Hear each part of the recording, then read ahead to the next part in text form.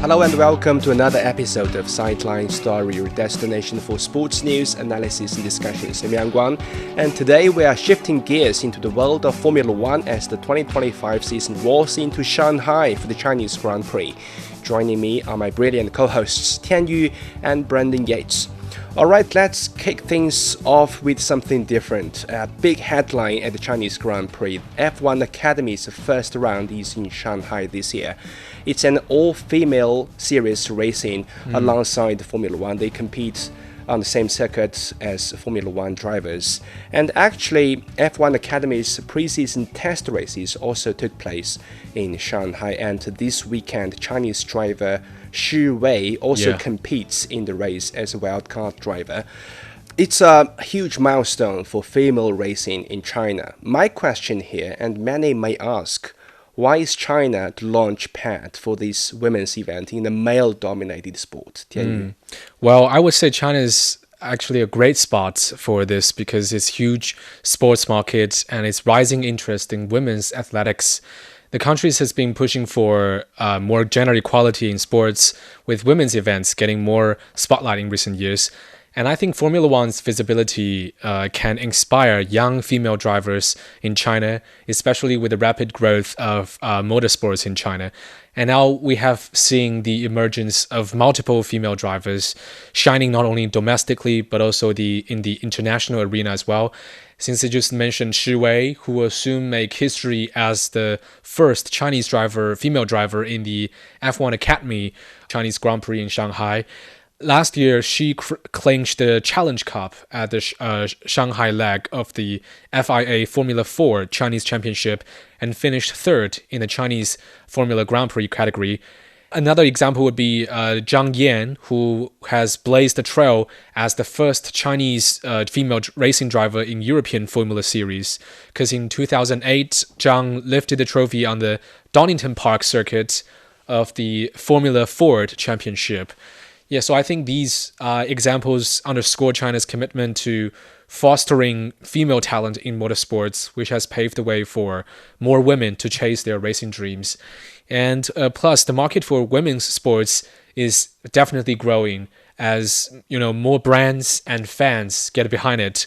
We've seen how Zhou Guanyu, as the first Chinese driver to land in F1, has influenced the whole Chinese fan base in racing, and how the power of sponsorships and commercials have in turn brought a more spotlight to the sport of racing in China. So yeah, I think it's both a smart and also a very meaningful move for China to tap into both the motorsport and women's empowerment trends at the same time. Yeah, if we take a look at China's sports landscape nowadays, a lot of the sports stars are actually female. If you think about it, Zheng Qingwen, Li Na, Sun Yingsha in table tennis. So their influence in China is growing tremendously. Yeah. And in racing, after Zhou Guanyu made history as the first Chinese driver in Formula One, a lot of Chinese female racers also followed his footsteps. Yeah. And it's not in professional sports, but in everyday life. From my perspective, I've seen a lot of women riding motorcycles in Beijing nowadays while I'm driving on the road, which I didn't quite see before. And it's not just the regular motorcycles we're talking about for commute purposes. I mean, some of them are real deals. Yeah. High performance motorcycles like Ducatis, like Kawasaki's, like Hondas everywhere. And at the weekend, you can always find them roar in the mountain roads. Yeah. Man, they're so fast and they look so cool. While I'm still riding my scooter to commute. And some of these girls have become internet sensations with huge amount of followers online. So I've definitely sensed this racing passion among women in Beijing. And I guess this atmosphere reflects kind of friendly environment and the culture in China for female racing. But I guess driving or riding in everyday life is one thing, but competing in professional vehicles is quite another. People always have this stereotype that women or most women don't fit in professional racing. even Formula One doesn't exclude female drivers in its roles. We seldom see women in Formula One vehicle cockpits. Yeah. There have been a few, like Maria Teresa De Filippi was the first female in Formula One, and she took part in 5 Grands Prix. And Leila Lombardia competed in 17 Formula One races, and she even took 0.5 points in one race, the only point so far in Formula One history won by a woman. Brandon, what do you think are the challenges for women's participation in Formula One? Can we see their return to the sport one day in the future? Yeah, Yang Guang, I think you already touched on some of the limitations there. I mean, obviously, there's been limited representation. So over the years, in Formula One and other motorsports, I mean, NASCAR, there is a bit of a push for women's representation in NASCAR as well. And I think there's a few individuals over there that are also making waves. But of course, in Formula One, there's also been very limited representation. And I think across multiple motorsports, there's just over the years been very, very limited female representation, whether it be on the grid or, in the paddock or, even in the boardrooms and that sort of thing. It's just been a traditionally male-dominated world, I think, whether it's actually in the cars or on the bike or, off the grids. And there's also just been some financial barriers too, so securing sponsorships and funding is sometimes, a lot more challenging for female drivers or just for any females involved in the sport in general. And I think just the physical and mental demands as well. So obviously for drivers or riders in particular, just the pure physical demands that are placed on the body and the mental side of things, particularly when it comes to limited representation. I think a lot of women in this sort of world will be thinking, oh, I'm representing all females here and I can't let females down. So I think there's a lot of that like sort of added pressure when the spotlight is put on you to when you're a female involved in a traditionally male dominated sports. But I think the inclusion of Shi Wei and the F1 Academy and having that all female race and series and that sort of thing, I think will take pressure off someone like Shi Wei. Look, I'm sure she is feeling the pressure, like Zhou Guanyu felt, at the Shanghai Grand Prix last year. I think, the whole of China is going to be wishing her the absolute very best. And, with that, even though that is all positive support, it also comes with a lot of pressure. Yeah. But I think the fact that there are a lot of females around her, I think that's going to take some of the pressure off. And I think that's going to hopefully lead to us seeing the best performance from Shi Wei and all of the females involved in this very exciting series. That being said, though, there has been a push for female inclusion in a lot of sports ways that I don't particularly understand. Like for example, female referees in like men's football and men's rugby. Like I don't see why women are being pushed to be included in the male sides of those sports when there is, female rugby and female football and, female commentators on men's sports. I don't see why there's a push to have females commentating on men's sports when there's, already a very exciting, push for women's football and other women's sports. But something like motorsport where I don't think there's any, massive physical advantages for men over women. I think motorsport, whether it be in a car, on a bike, is a perfect platform for men and women to compete on, an equal footing. I don't think there's any, maybe genetically there might be some advantages that men have from birth that might make them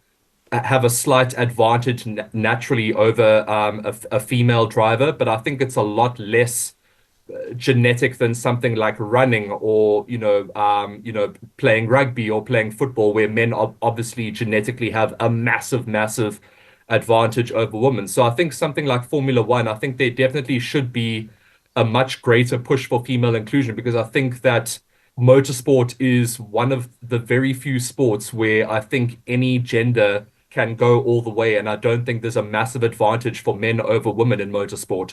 People say there are female pilots in stealth flights in the United States, in China, in Europe. I don't see piloting can be any easier than driving a Formula One vehicle.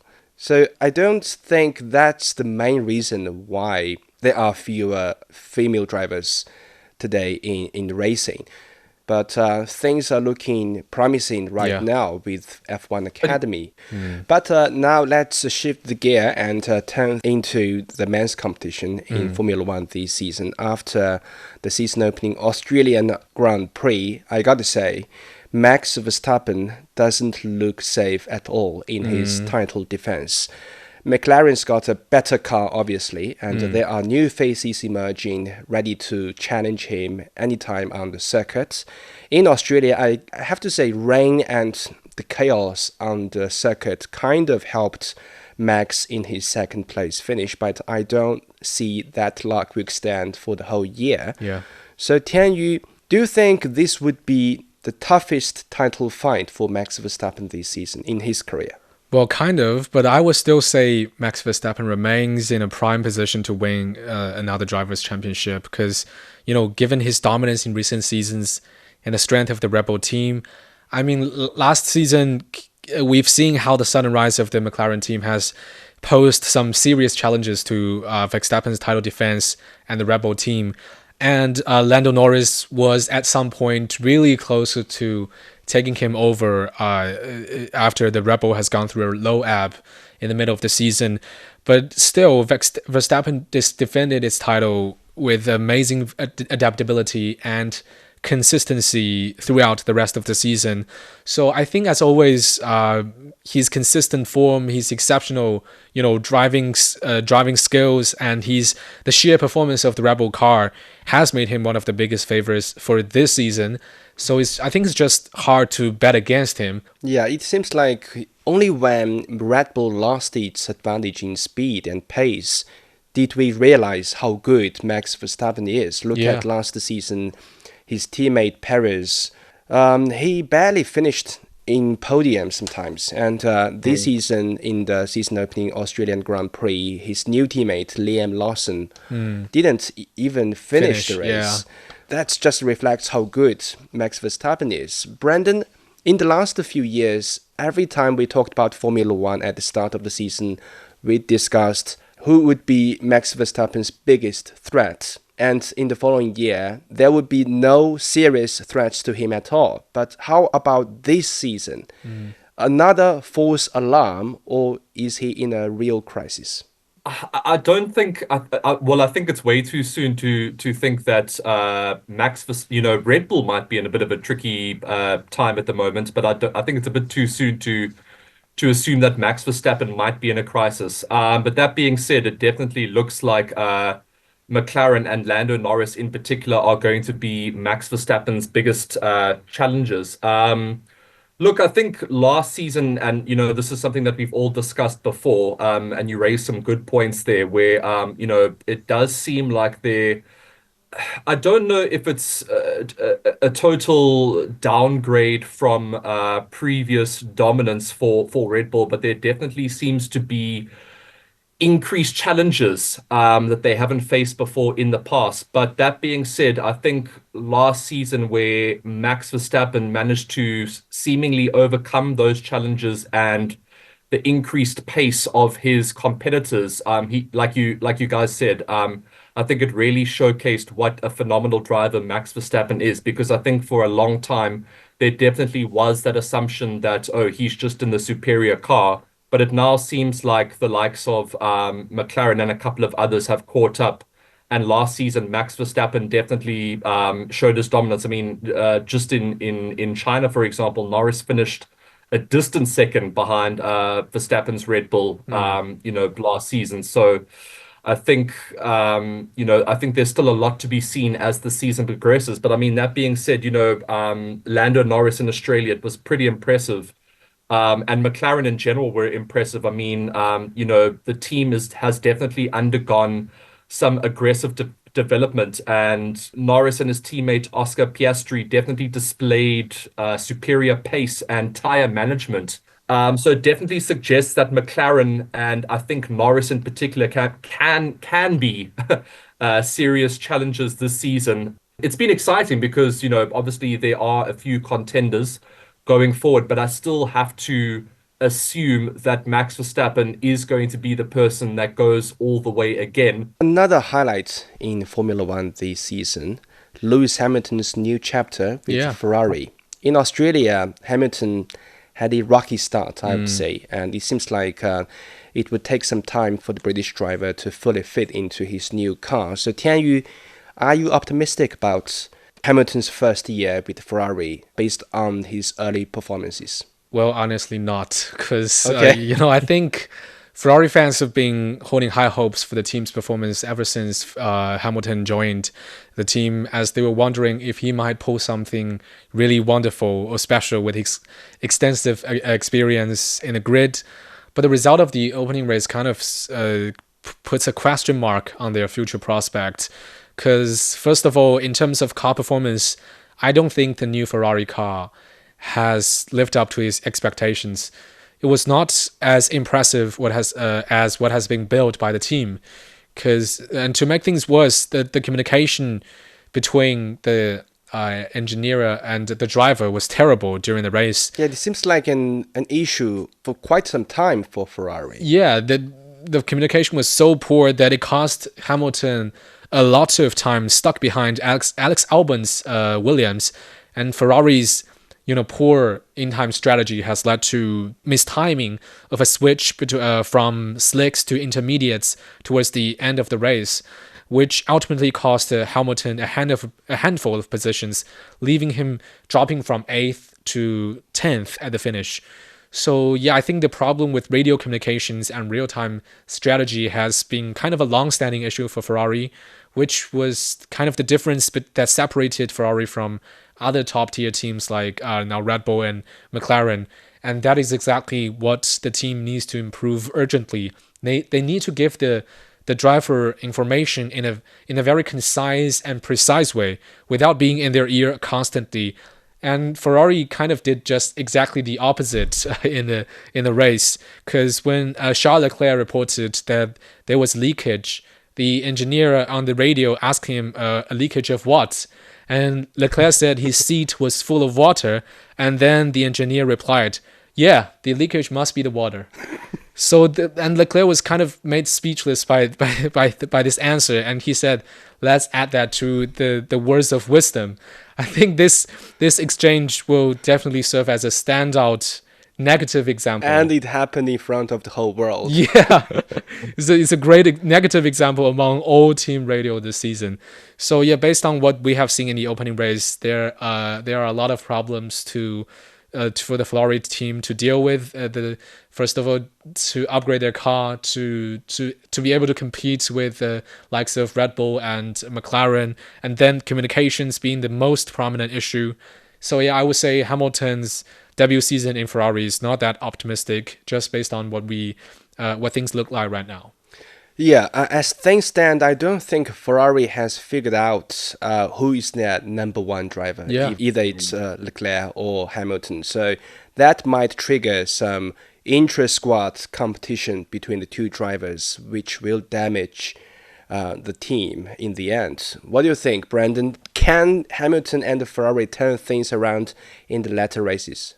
I think they can turn things around, but to be thinking that they are going to be competing with the likes of Red Bull and McLaren, I think is a bit of a stretch. And I know Lewis Hamilton's move to Ferrari has been highly anticipated, but so far it seems to be more of like a fashion statement than anything else. I mean, the Yeah. photos of Lewis Hamilton walking around the Ferrari factory in his fancy suit and looking at all the beautiful Ferraris and all of the past racing cars. I mean, some of the photos came out looked like they came from a Vogue shoot. It was a very impressive tour of the factory, and Lewis Hamilton looked really great in his suits. But so far in the car, it's been a bit of a different story. I mean, I think Hamilton came out after the race and said that he was surprised by the lack of pace.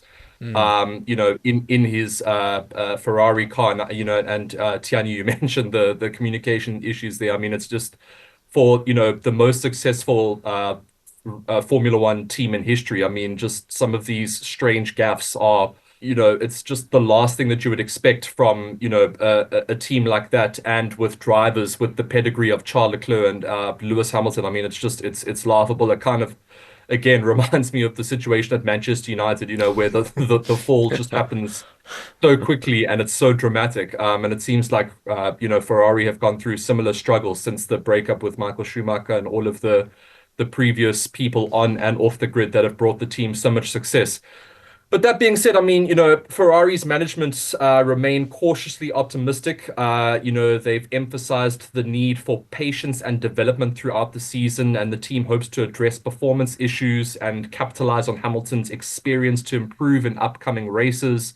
And I'm sure they expect the same from Charles Leclerc, who by now is no longer a prospect. He is a very established, Yeah. experienced, and successful Formula One driver. So I think things can only get better. I think they definitely got off to a rocky start. But I mean, with new drivers and, new people in the team, some of these, development issues are to be expected. I don't think we expected, such simple mistakes like that communication issue to be, broadcast to the entire world. But I think we definitely have to see and will see some improvement from Ferrari and from Hamilton and Leclerc. But improvement to the point where they're competing for the title looks a bit unlikely to me at this point. Okay. Now let's stay with Ferrari, but take the spotlight off their first team drivers a little bit. Zhou Guanyu, the first ever Chinese driver in Formula One, is now the reserve driver for Ferrari. Last year, he ended up his 3-year spell with Sauber and sought his second career seat, but with almost all seats occupied at the end of the season, he ended up with Ferrari. But I would say it's not a bad choice. If you have to be a reserve driver, be it right. Yeah. And because you have the chance to test one of the best cars on the grid. And Formula One has its rule this season that every team must have other drivers besides their first team drivers test their cars. So that definitely gives Zhou Guanyu some chances to experience the speed of Ferrari. And looking into the future, Zhou Guanyu might have chances to join the newly established Cadillac team. Yeah. The new team principal for Cadillac, guess what his second role is? Zhou Guanyu's agent. Wow. So things are looking very interesting right now. Brandon, what do you think? Are you optimistic about Zhou Guanyu's future in Formula One? Definitely. I think, his best opportunity with the link that you mentioned there, Yang Guang, will probably be with the General Motors Cadillac team entering in 2026. So I think that's probably his most likely fastest way back into full-time racing. So we'll have to wait and see what happens there. But I mean, Joe's experience and association with Ferrari could definitely position him very well for a return to regular racing. I mean, if he's continually involved in testing and his development, I think that will be crucial in maintaining his competitiveness and visibility within the sport. And of course, going into this season, there's quite a few rule changes. Of course, the removal of the fastest lap bonus point and mandatory driver cooling systems in high temperatures. So changes like this could also impact team strategies and driver performances, which could also potentially influence opportunities for several reserve drivers, including Zhou. So I think there are some opportunities for Zhou Guanyu to, kind of keep his wits about him and be involved in racing in general this season. So I think that there's still plenty of things that he can learn and plenty of development he can undergo with Ferrari, and I can't think of a more experienced team to be with than Ferrari, a better marketing team to be with than Ferrari, and to be surrounded by guys like Lewis Hamilton, Charles Leclerc, some of Ferrari's minds off the paddock, I think will be a good thing for him. And, I think he will still be heavily involved in team strategy and that sort of thing this season. But the General Motors Cadillac entry next season, and of course his agent being the team principal, I think there's definitely a good pathway there. So we'll have to wait and see what happens there. Right. We will see how things will go with Zhou Guanyu and whether things will work out for Ferrari and Hamilton in the end. With that, we end this episode of Sideline Story. Thank you so much for joining us. Subscribe to Sideline Story wherever you listen to podcasts. For more information, you can also check our website at radio.cgtn.com. Until next time, stay on the sidelines with us.